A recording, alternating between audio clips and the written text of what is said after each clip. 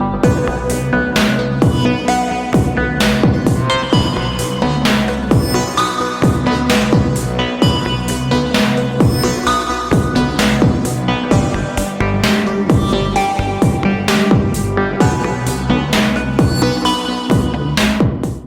and welcome to the Everyday Board Game Podcast with your hosts Daniel and Daniel.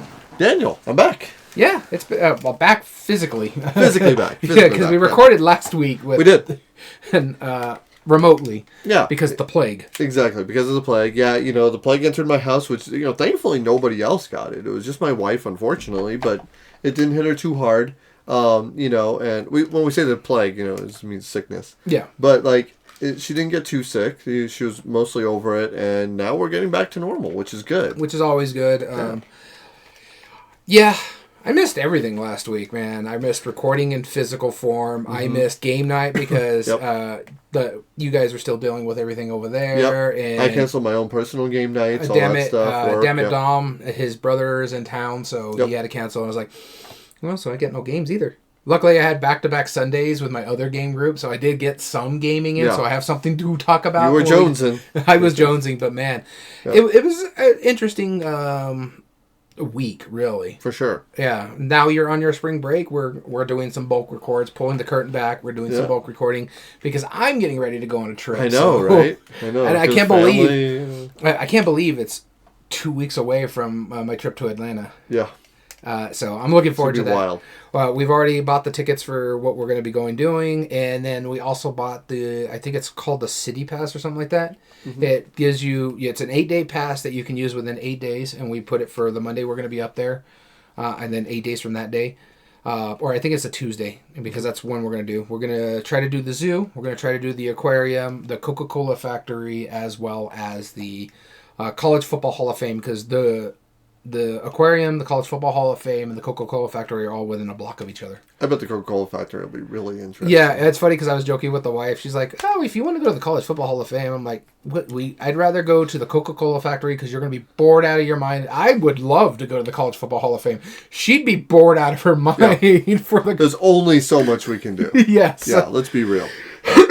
I'm like, yeah, no, I'd be happy to do it, but I'm more excited because I'm going to go see some baseball games that I'm looking forward to. That's one of the main reasons. And we're going to the aquarium for my wife because they're the only aquarium I think in the world, if not in the country, that has whale sharks in the aquarium.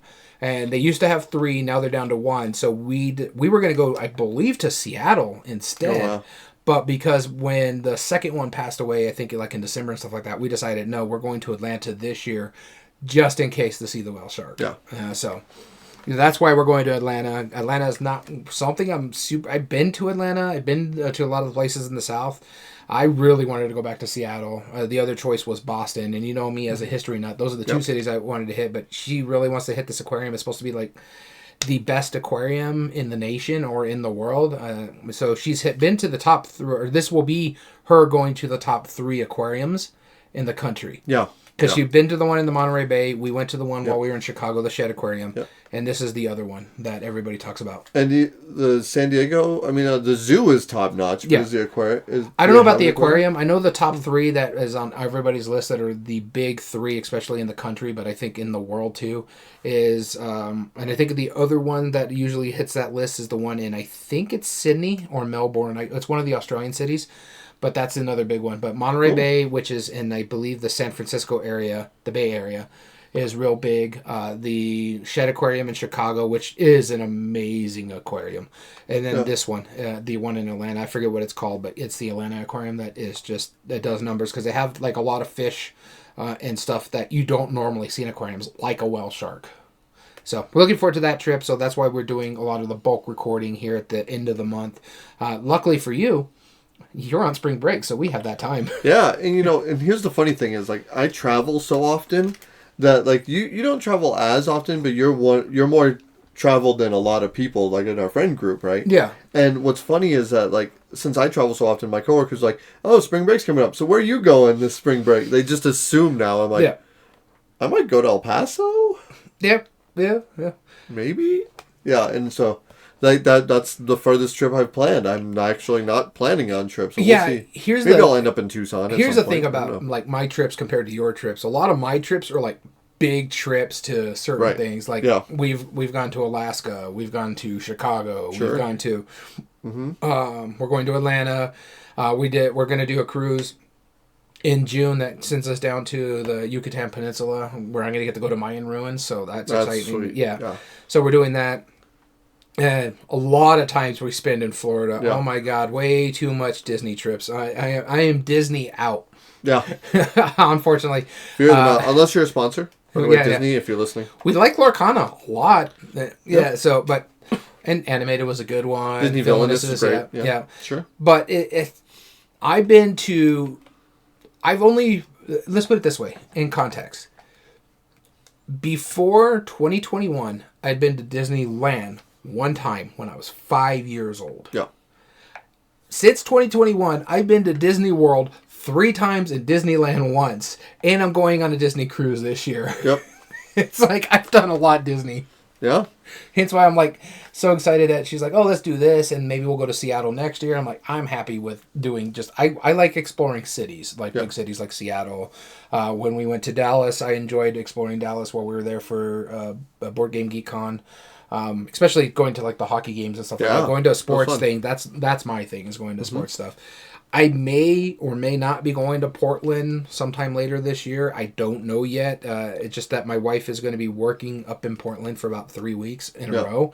So she's like, I may just buy you a plane ticket and fly you up there for a week. So that'd be cool. I'm like, okay, that's fine. If it's in May, then maybe I'll go see a basketball game if they're still playing. I honestly don't know when the season ends for basketball. I know hockey season ends towards the middle of April, and I think basketball's around that same time, so I'm unsure. But yeah, I have no problem. I've never been to Portland. I'll check it out. Yeah, that'll be fun.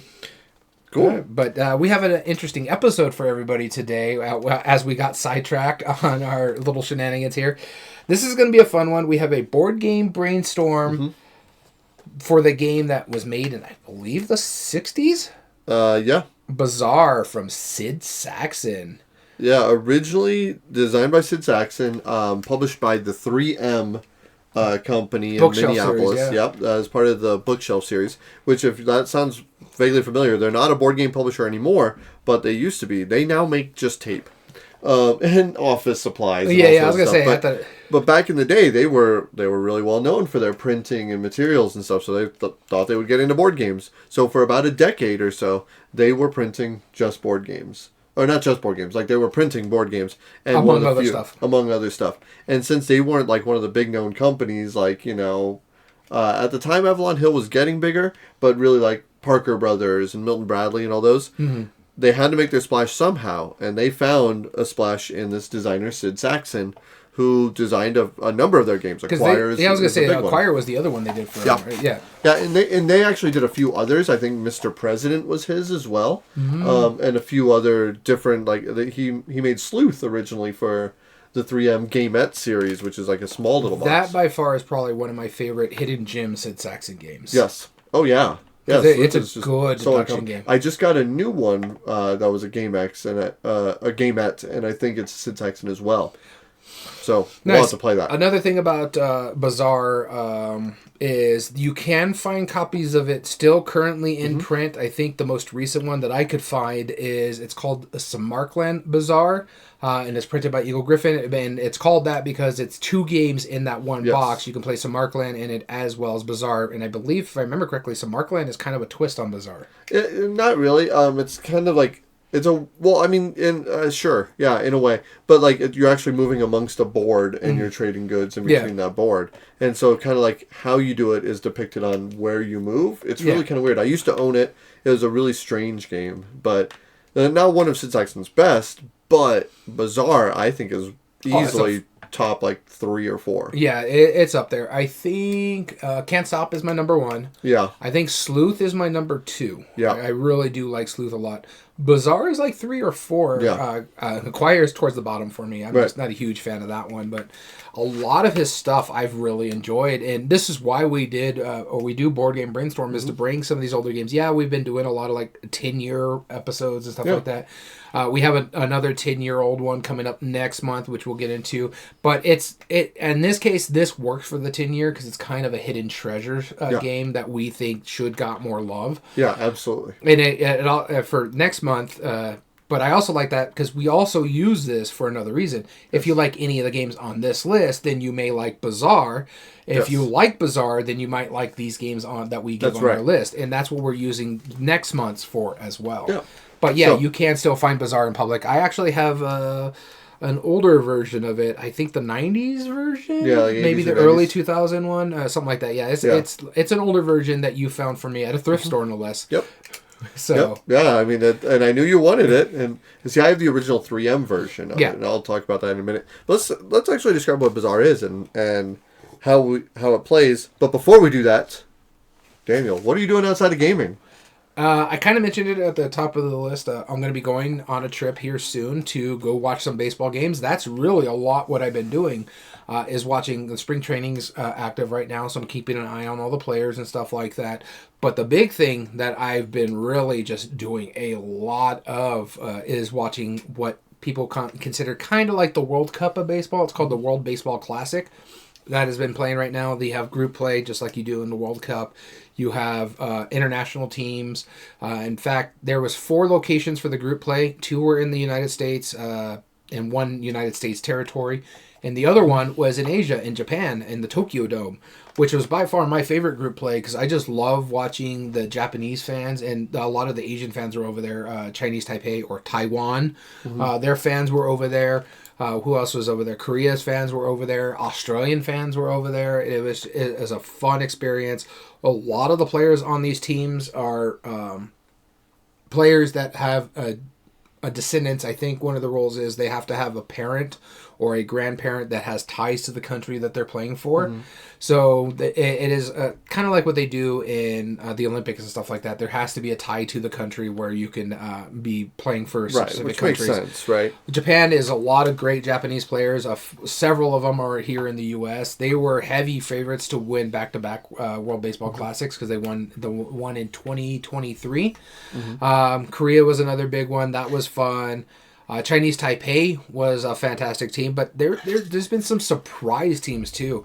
Australia went nuts, and people were climbing and enjoying them. And a lot of these are Australian players who have their own professional league over there in Australia. Some of them have made over here in the U.S. I think the star of Australia, Stephen Bazana, plays for the Athletics, I want to say. But he did really good. I love the story of the Czechia team. There's no professional player that I can think of on the Czechia team. However, they're one of the few European countries where the sport is growing. And they had like an electrician as one of their pitchers who did really well against a Japan team. Yeah.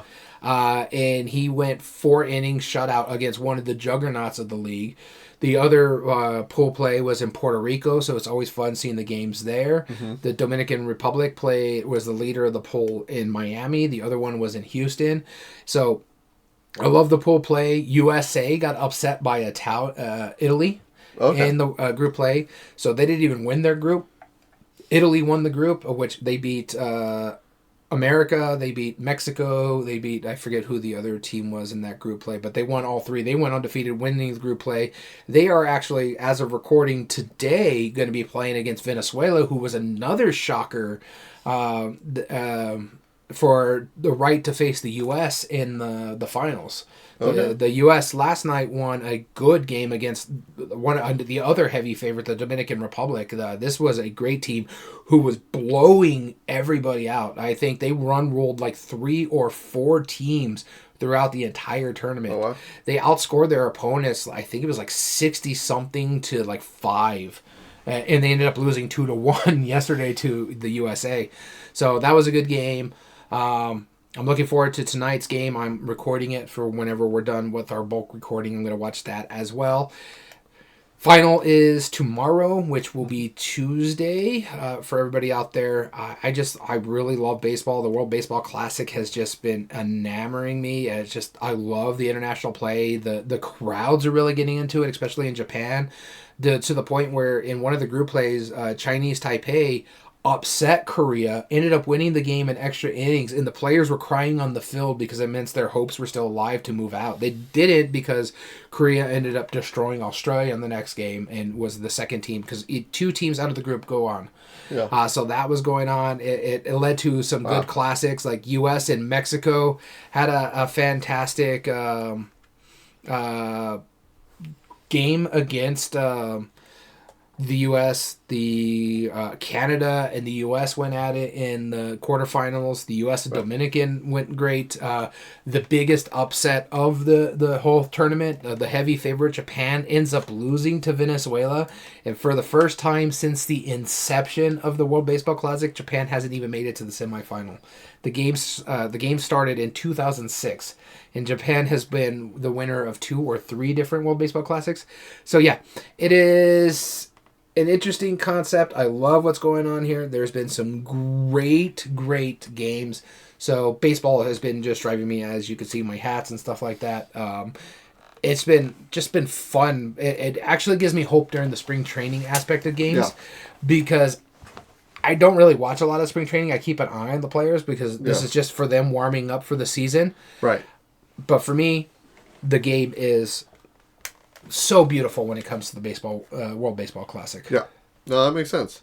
Cool. So, what I've been doing outside of gaming, speaking of travel, I haven't been doing much outside of gaming, but I did take a trip a couple weeks ago, as listeners of the podcast would have noticed. Yep, hence the plague, but also why I was gone a couple weeks ago. Yeah, that's why the Damn It Dom and Gamehead Geek joined me. Yeah, and thanks to them for doing so.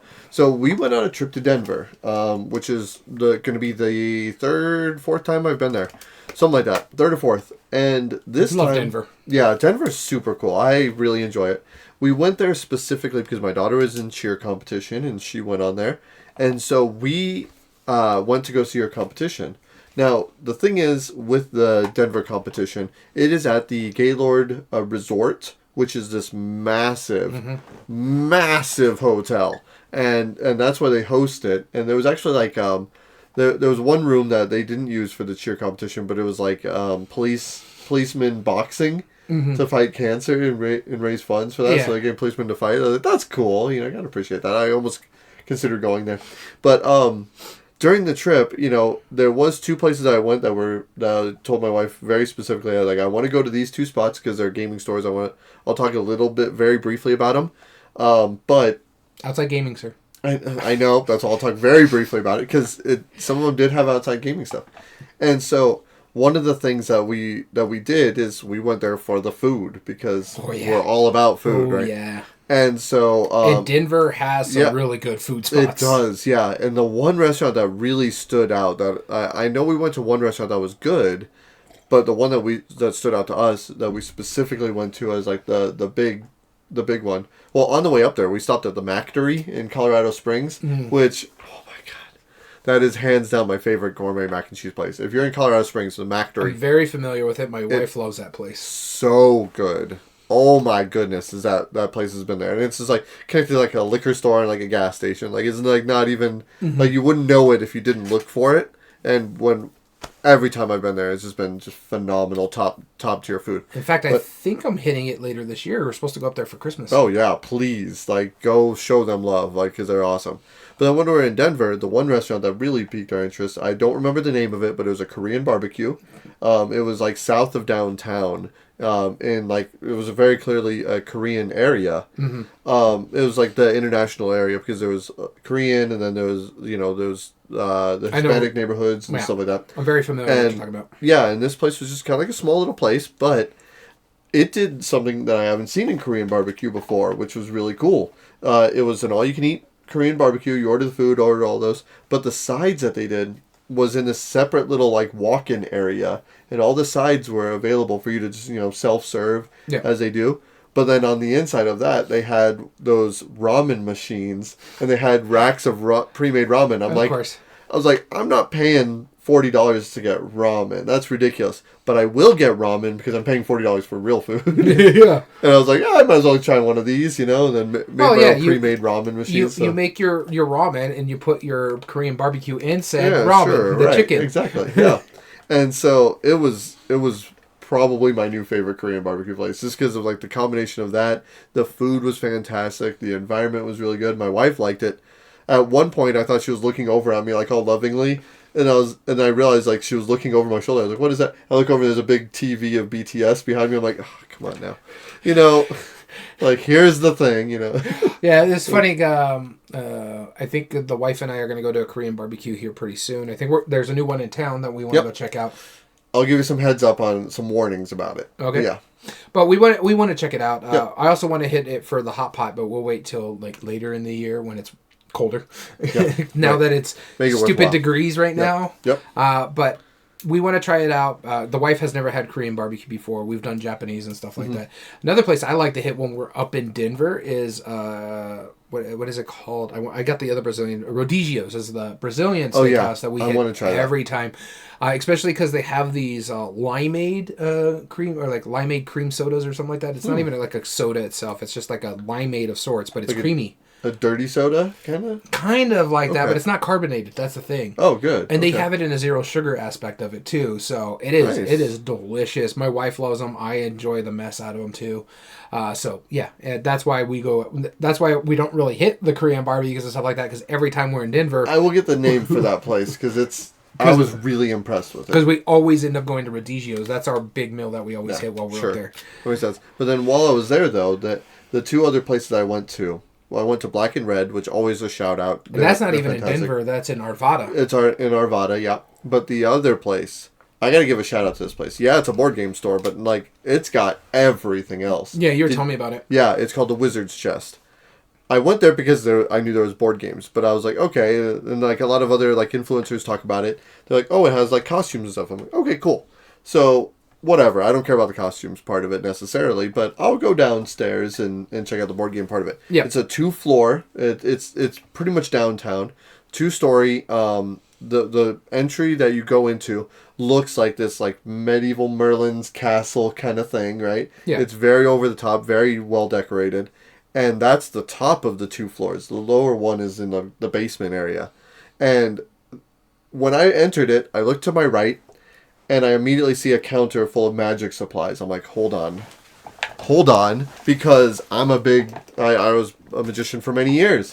And so I was like, okay, I'm curious about this. Found some nice decks of cards, some cool things, some nice little things. I'm like, all right, I'm not going to spend all my money here yet. Went around through the costume stuff, found that. Checking out the costumes before going downstairs to the board games. Going around the corner, found like they had like novelties and toys, just geeky stuff. I'm like, okay, that's really cool. I can appreciate that. And then I continue going, and then they have a whole like wall shelf of juggling supplies. I'm like, this place was made for me. Yeah, it is. Like I feel seen right now, and I almost bought like they had different colored rings that you could buy juggling supplies for, like poi spinning plates, like all this stuff. I'm like, wow, this is incredible. And then I go downstairs, and that's where their whole board game area is. Except they also have an escape room that's magic themed. Again, this place was made for me. This is 100%, this is easily, if you check our Instagram, I made some posts about it. 10 out of 10. Hands down. I can't recommend this place enough. This might be my new favorite store of all time. I was so amazed by how well it is. And they had a great selection of new games. They had old games as well. They had some cabinets of different old games that they sell on consignment. So they just get a chunk of whatever it is. Yeah. And whoever's selling the games gets the majority of it, which is awesome. Nice, yeah. Yeah, and they, like, it was really bumping. There was a lot of people, a lot of friendly staff that helped us out. Like, every corner, they were like, hey, you need help? You good? Like, just lovely, friendly people. I can't recommend this game store enough. It was incredible. Nice. Yeah, no, you were telling me about it. It seems pretty cool. I had to ask you, what do you think of Black and Red's bigger store? Oh, so much better. Right? So much better. I walked out of there with so many games. Oh, I believe it. That place is dangerous. I give props. I bought my wife some stuff. I bought my daughter a Gorilla Demon Days record there. Yeah, that's the thing about Black and Red. They have a good selection of board games, but they're not just that. They got comics, they have books, they're kind of, when we talk about like Bookman's over in Tucson and stuff like that, they're kind of like that for Arvada, Denver area, where it has like records and all that sort of stuff. So yeah. So if you're in the Denver area and you want to go check that out, Black and Red 2 specifically, all right, it might it's Black and Red. No, it's the original one. Black and Red. There is Black and Red 2. That's not the same thing. Yeah. So Black and Red, and if you're in the Tucson area, go Bookman's, and you'll get the same vibe, but it's such incredible. Yeah, there's such great stories. And the thing about like the difference between Bookman's and Black and Red's, Bookman's may have new stuff, but it's basically all used pretty much. Black and Red will have new games as well as used games and hard to find games. Not to mention they'll have new books and old books and stuff like that. I found some pretty uncommon games that I had to pick up. Yeah, especially from there, Cool. In fact, last time I was up there, I found you that Klaus Torp? No, it was Rudiger Dorn. The card game version of the Karuba. Karuba, yeah. Mm-hmm. Yeah, I found that there. Yep. I've never seen that in the wild except for that spot. Exactly, yeah. It's pretty uncommon. Yeah, for real.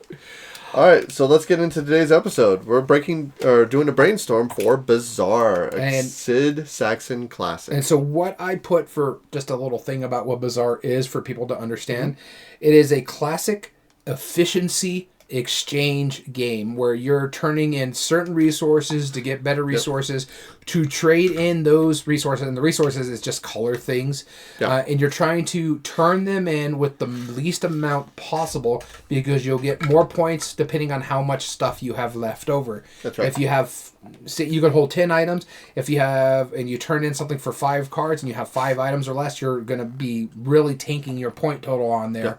Whereas if you sell it for exactly 5 items, you're going to get the most points out of it. And it is a basic efficiency puzzle that is fantastic. Yeah, it's really clever how it works. And it's one of the very few instances I've seen where it's like you have lots of ways to trade stuff. Like you deal out 2 of like 10 different cards that have different kinds of conversions. It's so modular too, especially for its time is ridiculous. Exactly. So like one will say like trade in one white token for like 2 green, and then one might say, trade in a green and a red for like 2 yellow, a blue, and a white. And here's the thing, it's in reverse too. I could turn those 2 green into a white, and then it gives me the 5 different colors, and now I have the 5 different colors to get that efficiency puzzle. So the way you score is you have 4 different stacks of cards, and they have 5 tokens on it. And the thing is, when you're ready to buy that card, you're going to get a certain number of points based on how many tokens you have left over after spending the 5. So if I spend my 5 and I have 2 left over, I'm getting the second best point total. The second best point total. Third best. Third best, yeah, because if you have exactly 0 and you spend exactly the right amount, you get the best amount, which is like up to 12 points or something. And it's so clever how it works. I think each of them has like 4 different scorings, right? Because it's if you have 2 left over, 1 left over, no left over, and then anything above 3. Yeah, 3 or more. Yeah, exactly. So it's super cool how it encourages that efficiency. And again, like I will talk about games that are similar to it when I'm giving my recommendations, but I haven't actually seen that in any other game. Yeah, there is nowhere that is as efficient as this game is. And again, this game came out in the 60s. More than 60 years ago. Like, why has this not been done? I can't advocate this enough. I saw that. You almost said 40 years ago. No, I almost said 50. But it feels that way.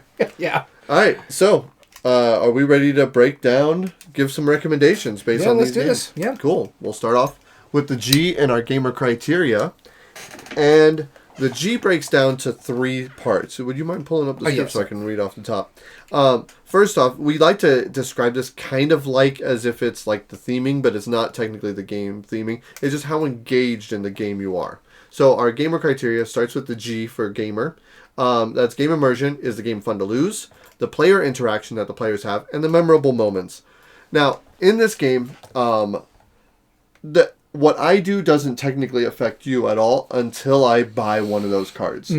But the thing is, all your tokens are out in the open. So I can look over and see, it's like, well, you have 2 reds, a green, and a yellow. if you have a blue, you're going to buy that card. And I have 2 greens and a blue, but I don't have a red or a yellow. So I don't know if I'm going to try and go for that card because I see you probably are going to get it. And you're like, even if I have these blues, I can turn these blues in to get me the 5 different colors. Yeah. Yes, exactly. And so you're planning it out. So there is a player interaction, seeing what it is. It's akin to like Splendor. It's like, I see what I can do for you. I can't force you to do something, but I know what you're going for. And I'm going to try and make myself get in a better position to not have to be caught off guard by doing it. Yeah.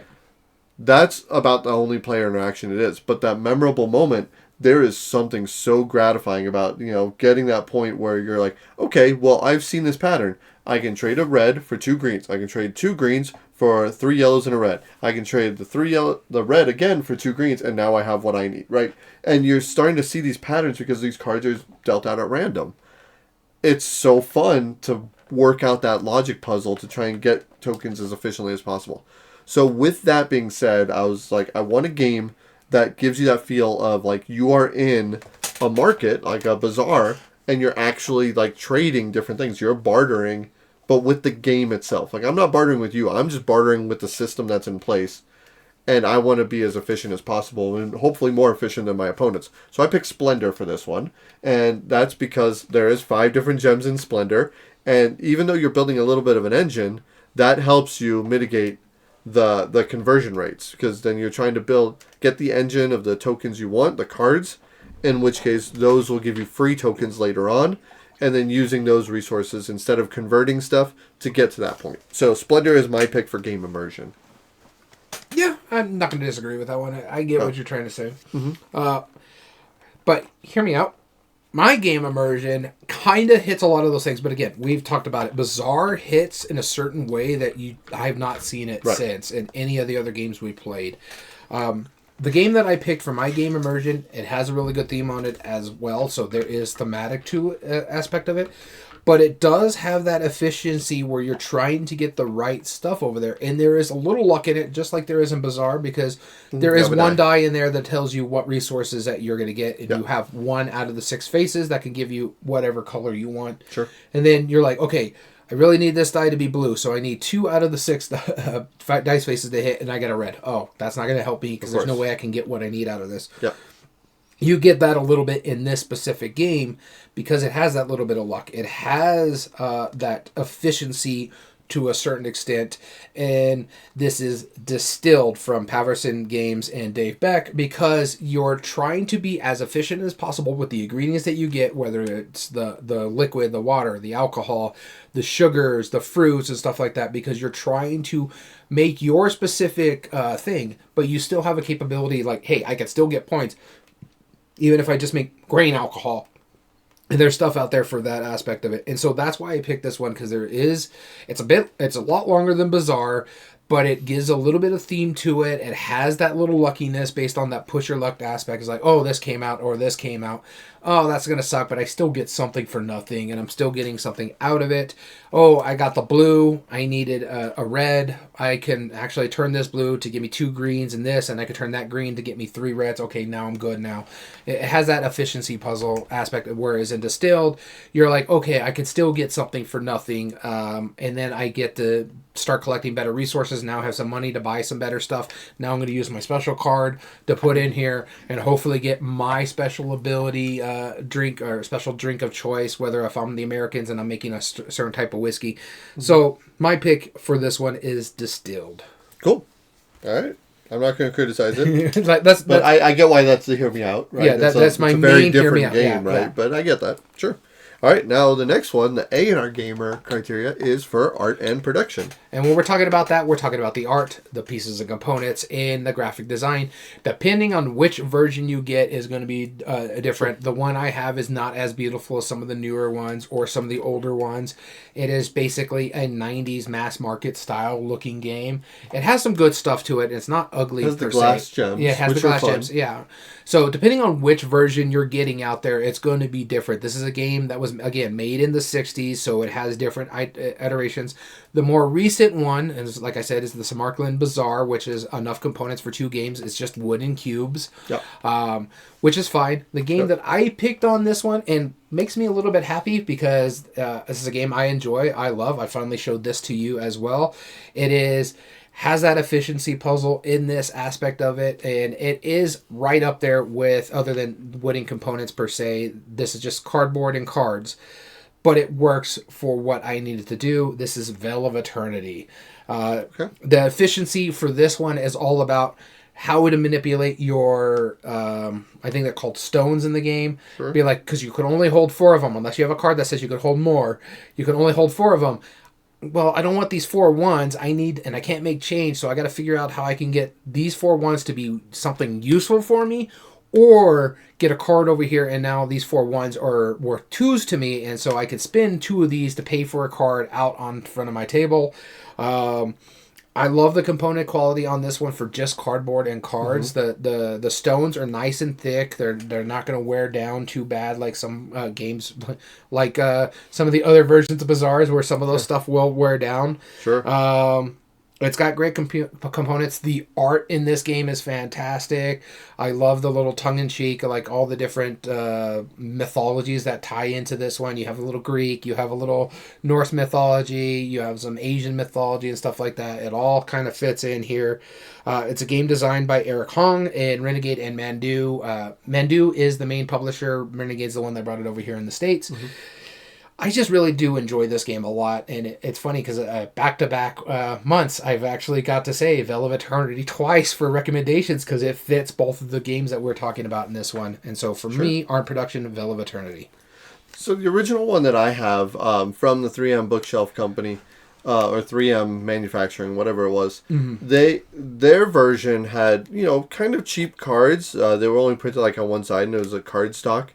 But it didn't need a back to it, so it's fine. But the tray that they actually had was really nice, and it was a custom die that was actually embossed, which was really cool. And each of the different tokens were, they looked like Chinese yen coins. They had a square cut out of the middle, and they were very clearly, very brightly 5 different colors. And it was very clear how to read them. I wish the cards were a little more clear. But then the actual conversion cards were actually these weird, almost triangular cards that you would shuffle up, but then you'd put 2 and they would kind of seed into each other, which was kind of cool. So I really liked the production on this, and I always appreciated that. And then taking a little bit from that version and the version you own with the glass gems, I wanted to find a game that I thought was really like a cool give and take with gems and had nice pieces.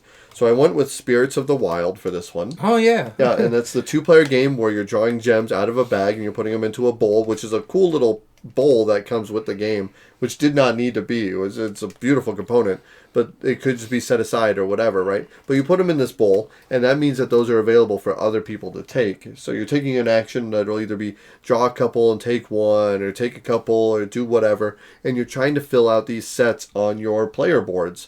The first person to get the sets on the player boards will get the abilities for it, and will also get the points for it. But then eventually you'll be able to like multiply one of them or have some other special little abilities.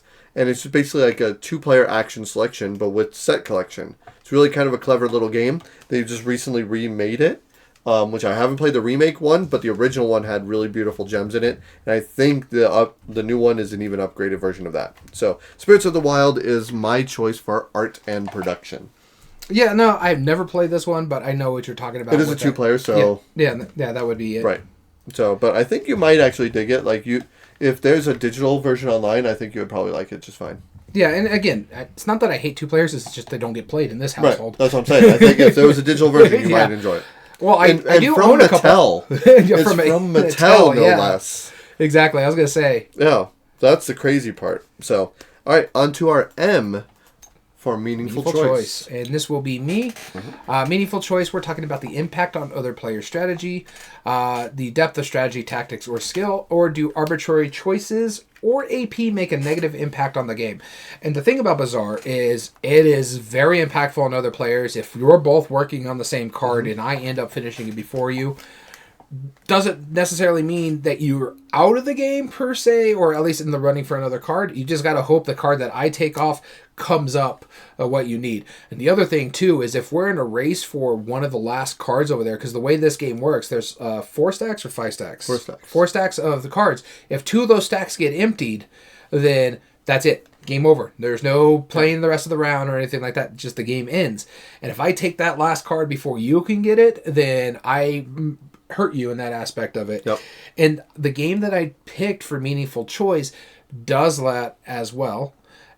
And you've already mentioned this game. This is a crossover. This is Splendor when it comes to that Meaningful Choice. Yep. I just recently played my version of Splendor. I have the Pokemon version, which is my personal favorite. Yeah, that's my favorite now, too. There is the original version, which is what I'm recommending. If you get the Pokemon, you just realize you have to bring it over from Korea, and I like the twist that it has on there. But just basic, pure, distilled Splendor, it is efficiency puzzle 101. It's like, I take these cards to buy this card, which gives me a bonus, and now I produce that gem there, so I can use this card with these gems to give me that card over there, and it's the first 2, is it 16 or 18 points? 15. 15. It's 18 in the Pokemon, that's why I couldn't remember. But you're also trying to use the ones that you have in front of you to pull the Lords down to you, which can give you more efficiency to your puzzle. And it's boiled down to, your turn is simple. You take either 3 different gems, you take 2 gems of one type, if it has a stack of 4 or more, or you use your gems to buy a card, and that includes the ones that are in your tableau as well as the ones that you've picked up, which are some great pieces too, because they're like the poker chips. And so it does really well. You have different versions of this one. The one I least like is the Marvel one, but I get why some people like it. I love the differences of that role where you have to have a level 3 before you can win the game, because you need to get the Infinity Stones. It's the first to get all the Infinity Stones kind of thing to win that one. I like the Pokemon version because its twist is it's basically Splendor, but the twist on this one is if you have your tableaus, you could just evolve your Pokemon into the next level. But they have to be in your table. You cannot use the gems from the thing. I like that aspect of it, but Splendor has a lot of meaningful choice there. It's such a quick game that AP and the arbitrary choices are not there, because you have to be very good at what you're doing. Oh, the other thing you can do on your turn is you can pull a card into your hand to get a special gem. Oh, yeah. Basically to hold it, to reserve it for you to get later on in that round, but you can only ever hold 3 of those. So yeah, Splendor, fantastic game when it comes to the meaningful depth choice, and I think this is a good 1-to-1 ratio to Bazaar. Sure. All right, my meaningful choice is, this was the easiest one for me to pick, because this is the closest thing to Bazaar on the market right now, hands down. And it's because it is contract fulfillment, where you trade in your types of goods for victory points directly, and you are manipulating those goods and literally changing some to others, to others, to others. You probably already know what this is. Yep. Century Spice Road. Because it is the closest thing to that system that I've ever seen. And I'm glad that as soon as I learned Century Spice Road, I'm like, got it. Yep, I know exactly what this is trying to do. Because I was already familiar with Bazaar. And I'm like, this is a great version of Bazaar. I love the way it works. I mean, it's not a version of Bazaar, but I would definitely believe it. It's a good take on Bazaar. Yeah, I would be very surprised if Emerson Matsuuchi was not inspired by Bazaar I'd when be surprised. coming up with this game. Now, they're different games, but you're going to get that feel. And especially if you've played Century Spice Road, you know what I'm talking about. Bazaar is a game that you will probably like. Okay. So, there you go. Century Spice Road. I don't have much more to say about it. All right, moving on to ease of play. Cool. Ease of play. And when we're talking about ease of play, we're talking about simplicity and familiarity of the mechanism, the likelihood to get to the table, whether it's the mechanism or the theme, and it is easy to learn, understand, and or teach. And this is the main focus that I always go for when we're going to this kind of aspect of our brainstorms with the ease of play. And the game I picked is one that you just mentioned. This is where it fell for me because this is the easiest game out of everything on this list, except for maybe Splendor. But Splendor has a little nuance to it, whereas this one is like, I play this card and I do this ability, and this is Century. But my personal pick is Golem Edition. Okay. And it's because it's one of the simplest games. It has gems in it, sure. Yeah, it has the gems instead of the... Instead of cubes, sure. Instead of cubes. Although... the theming of the original one with the Spice Road trading. No, that makes sense, but I'm not talking. That's more. I'm not talking game immersion. I'm talking ease of play. No, that's fair. Plus, the reason I like the Golem edition is the one I see the best, and it's much easier. It's got prettier art, but this is Emerson Matsuchiya, as you mentioned, Plan B Games. Yep. It's a simple action card play retrieval game. So if you're very familiar with Concordia, where you're playing a card down and then you can only get that card back when you play a different card down to retrieve all those cards, or another one is Aquatica, those kind of style games, I love those aspects of them. I like the simple, quick turns that it has. I also like that it also introduces the small world mechanism. It's like, I really want that card, and I want someone beating me to it, so I'm going to sacrifice these gems that I don't need, pay for those cards by putting these 2 gems here and grabbing that 3rd card, which is going to be something really powerful for me. And again, like you said, it's contract fulfillment. It is, at its purest form, is I'm using these gems to turn in for these contracts to get these points, and I think it's like to 15 or something like that. And I love that aspect of this game. This is one of the go-to games that I teach to new gamers, because it's such a simplistic game, such a familiar game to people. It's like, oh, I got this from this game, and I got this from this game. Yeah, and I was like, yeah, you haven't played where this really shines, the game Bazaar. This is what it kind of gets me to. When we played this, because I played this before I played Bazaar, when you showed me Bazaar, I'm like, oh, I get it. It's kind of like Century Spice Roads in a sense. I'm turning these gems into those gems. It's like I'm playing this card to turn these gems into those gems, or to upgrade this yellow gem up 2 spaces to this pink gem, that kind of thing. And so, yeah, it feels very familiar if you've played Bazaar. And so, for me, it is Century Golem Edition, or Century Spice Road, as he said. This is my hear me out, but I think it makes a lot of sense, is because... this is strictly a card game, but like we said at the top of the thing, one of the things that makes Bazaar so unique is that it's that efficiency puzzle. To maximize the most amount of points, you want to be able to trade in exactly what's shown and no more, no less, right? I mean, you can't do it if it's less, but no more than that. In this game, the only way you win a hand is by having exactly the right cards in your hand. And there's a number of combinations. This is Panda. I thought this was going to be on your list. Yeah, I mean, it's because this is the only game that I've seen that does something like that. Yeah. I mean, it's a very different game, but it feels that same way. So you're either taking a card or discarding a card from your hand, but only when you get one of the scoring conditions, which is like 8 of them. If you get exactly that set of cards in your hand, no more, no less, then you win the round. Man, you champion this game. I like it. It's one of the best. I enjoy it. I have it back there. It's not my favorite of that small line, but I think it's a fun game. It's probably my number 2, like out of the small line. Well, number 2 for number 2. Got it. You know, I see what you did there. No, Panda. I had to do it, so I like it a lot. I thought this was going to be on your list. I thought it was either going to be here or in like G.A.M.E.R immersion or something like that. Sure. But no, I agree. I don't disagree with that pick. I just think that efficiency puzzle is just shines more for me when it comes to Century Golem Edition because of the exchange, basically. Yeah, I mean, and that makes sense, but like at the same time, it's like if I have 10 tokens and I buy a card that takes 5 of them, I'm not penalized. I could go and buy another 5-point card right after. You know, it doesn't... Which makes it easier for people to understand that. Right, no, it does make it easier. I get that. I'm just saying, like, that's why I wanted to pick... I wanted that aspect in the game where you had to be efficient, but in the most simple version of it, and Panda fits that. Yeah, so when we were making this list, I was looking around my room, be like, okay, what game really fits that? And then I saw Panda sitting right over there. I'm like, oh, that's going to go on his list. Yeah. It's fair. All right, last one, replay value. Last one, replay value. Here we go. And finally, I get to start. Cool. Replay value, that's the length of time and scaling wheel, minimum number of plays for the full experience, and expandability, whether there's existing expansions or announced. Anyway, Bazaar doesn't count for that because they only ever made the one. It's a real efficient game. It makes sense. It plays in about 30 minutes. It doesn't outstay its welcome. And the minimum number of plays, while you understand it, because of how modular those tiles are, you shuffle 10 tiles together and you put out 2 of those. That's the whole game. Now, granted, they're all kind of the same thing. They just convert. So in different ways, yeah. Yeah, they convert in different ways. So I wanted a game that does similar to that aspect, and I found a game that's contract fulfillment, and the setup is what makes it variable every time, and that's how the rondelle is set up as you're moving along.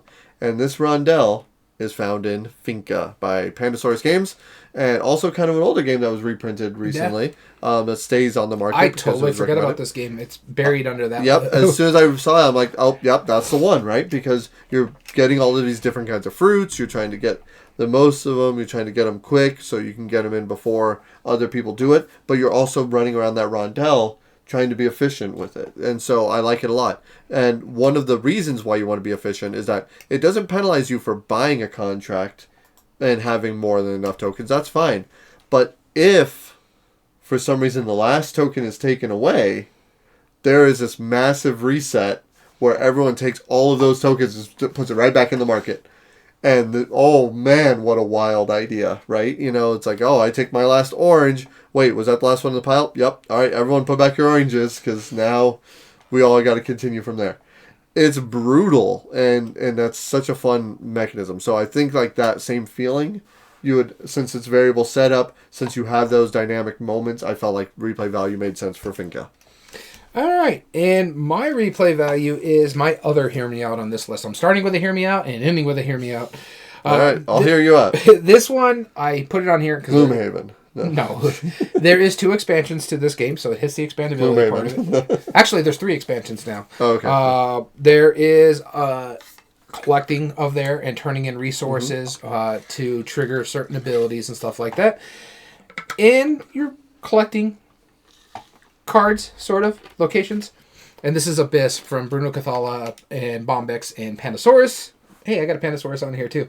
And honestly, a lot of it is not exactly a true-to-true ratio to Bazaar, but what game isn't? Or right. Is. Yeah, what game is, yeah. What game isn't? Well, all of them. Yeah. Abyss is not. Yeah, but what Abyss does gives you that kind of efficiency puzzle. Yeah, you have that little push your luck in the beginning of the game, but you could also grab a pile of them if there's just a bunch that are just sitting in there and be like, I really need those military cards. So I'm going to grab those because I'm going to use these military to give me that lord, which gives me that 3rd key, which gives me that location. So it has that kind of cascading effect where you feel clever when you do something just right. And I like that aspect of it. The push your luck part of it, don't read too much into it when it comes to the comparison to Bazaar, but it's that set collection, getting the right amount of cards over there to turn these cards in to give me that lord who has that key but also has that special ability, because I want to unlock these locations to be the first, I think it's like 5 locations or something like that, whereas this one is Bazaar is 2 piles being done. So I love that efficiency puzzle that you are getting in Abyss by spinning these out, and then you keep your highest level of those cards that you spent for point totals at the end of the game. The rest go into the discard pile, but now that 5 army is out of that pile because it's what you kept for point scoring later on. Okay. Therefore, or I think you actually keep that entire grouping, and then the highest total is what you're going to get out of there for your later point totals. Whoever has the most points at the end of the game wins, kind of like Bazaar. So it's that efficiency puzzle of how you using these little cards to buy these powerful lords. Now, do I want to use these cards to buy that very powerful lord over there? Or do I want to buy these cards to get me that lord over there who's not very powerful in the actions, but he gives me a key, which allows me to get a capability of unlocking a location, which can give me abilities or a good amount of points and stuff like that. So it has that efficiency to it, and that's why I put it on this list. I think it hits in certain aspects. Again, Bazaar is a hard game trying to get a 1-to-1 ratio for. So I had to pick and choose how it works on this one. That's why this is a Hear Me Out as well. But I think it fits when it comes to the replay value, because the length and time is going to go a little bit longer, but the minimum number of plays, it's always going to be a little different because all the lords in there, all the different locations that are in there, plus the different expansions in there too, make certain parts of the game a little bit better. So one of the expansions makes the fighting capability a little bit better because you can fight at certain levels to get keys. That's another way to do it, and they fix it in there. Plus there's corruption pearls that are bad for you at the end of the game, but you use them to get more powerful stuff. So it has all this different stuff. They're called black pearls. So it has some good differences as well as in the replay value. So okay. Abyss is my replay value. Cool. So as we said at the top of the episode, if you like any of these games that we listed off, there's a non-zero chance that you might like Bazaar. Look into it. It's an old classic. And if you find it at a thrift store, which is, I mean, I found his copy at one, it's worth your time. Check it out. Hopefully you really enjoy it. And hopefully that is sound intriguing to you if you like any other games that are on this list. Especially Century Spice Road. That's like the... That is the one-to-one. That's the closest one-to-one. I think Splendor is the number 2 one-to-one. Yeah, I agree with that. And the others were like, it's kind of close. Yeah, but the 2 main ones are Splendor and Century Spice Road. So if you like either of those games, you would love Bazaar. Cool. All right, so we want to thank you for listening. If you ever want to email us directly, you can email us at everydayboardgames@gmail.com. And we also have an Instagram, instagram.com/everydayboardgames, where you can see what Daniel and I have been playing recently. Not lately, but when we do, and any other random shenanigans I tend to post. And all video re-uploads and reviews are found under youtube.com/@everydayboardgames. And if you like what we do, there are 3 things you can do to help us grow on the platform. Subscribe if you're not, like the video, and comment down below and tell us your thoughts on the subject. We also stream our episodes live at twitch.tv/everydayboardgames. Make sure you follow us there so that way you can be notified when we join our episode live and join in on the chat like any of our viewers today. And all audio versions can be found on most podcast platforms under Everyday Board Games Podcast. This includes Spotify, Amazon Music, Podbean, and Apple. So as always, I've been your host, Daniel. And I've been your host, Daniel. And we want to thank you for listening to Everyday Board Games. And remember, every day is a good day for board gaming.